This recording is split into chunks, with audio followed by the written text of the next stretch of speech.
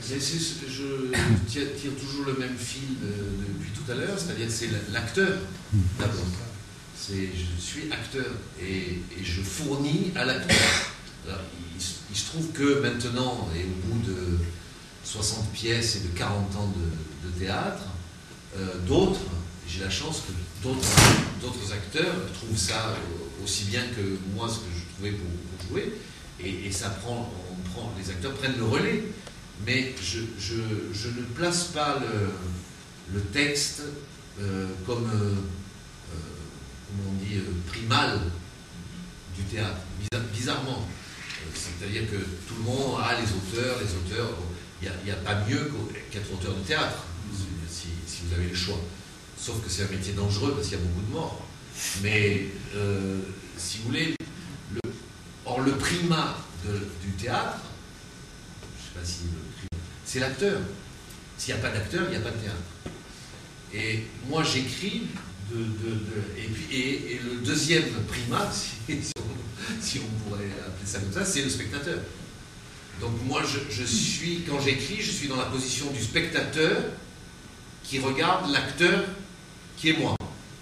Voilà. Et là, c'est fermé. Donc, on retrouve au roman. Le roman, vous ouvrez, et puis vous lisez, il y a une fiction, un imaginaire, il y a du texte, et le théâtre se fait dans la tête. Mais le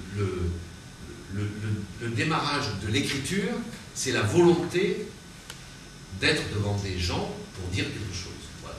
Et ce n'est pas peut-être ce que vous pouvez dire font d'autres, qui est d'écrire de la littérature qui devient du théâtre. Non.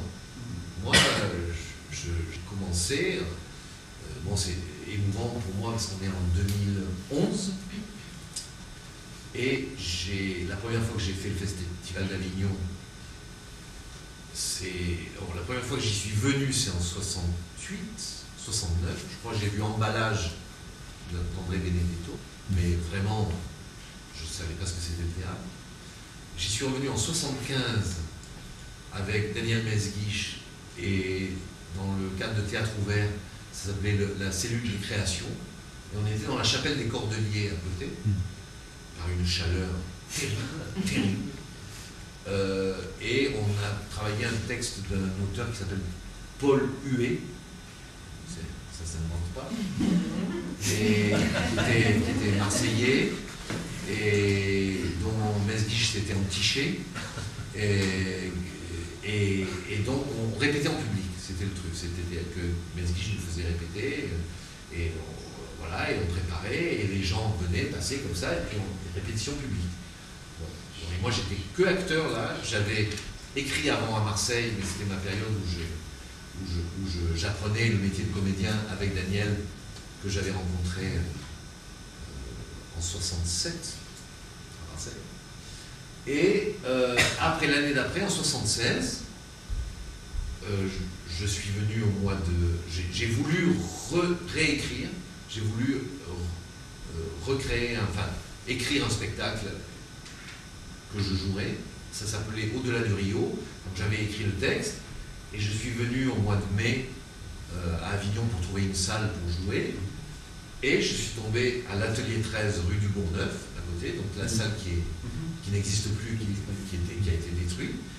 Donc c'était tenu par un type qui s'appelait Alain, qui s'appelle toujours Alain, et qui avait un gros chien loup, et qui était fiancé à une dame qui faisait des cours de danse. Et il y avait là donc un spectacle qui s'appelait La surface de réparation, par Christian Roth et Olivier Granier, qui se jouait dans la cour en plein air. Il y avait la salle de danse de répétition de la dame, dans laquelle il y avait Michel Raskin qui jouait un spectacle Don Perlin Pimpin et son jardin, je sais pas quoi, vous voyez ça, comme ça, où il avait emprunté les costumes du TNP pour jouer. Et moi je suis arrivé, j'ai dit, est-ce qu'il n'y a pas une place? Il m'a dit, oui, il y a le couloir, c'est 100 francs par jour. Il y avait le couloir, c'était l'entrée de sécurité des deux autres salles. Et là, il y avait dans un coin une estrade. Et moi j'ai dit, ah ben d'accord. Et donc, j'ai loué pour 12 fois cette salle, et j'ai créé mon premier spectacle, Au-delà du Rio.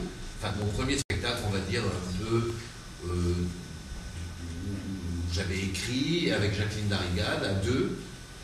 Voilà, on a joué, et on a eu un article dans Le Monde, de Colette Godard, à ce moment-là. Et ça a été... il n'y avait pas mieux, quoi. Et il y avait 30 spectacles dans le monde. C'était en quelle année? 76.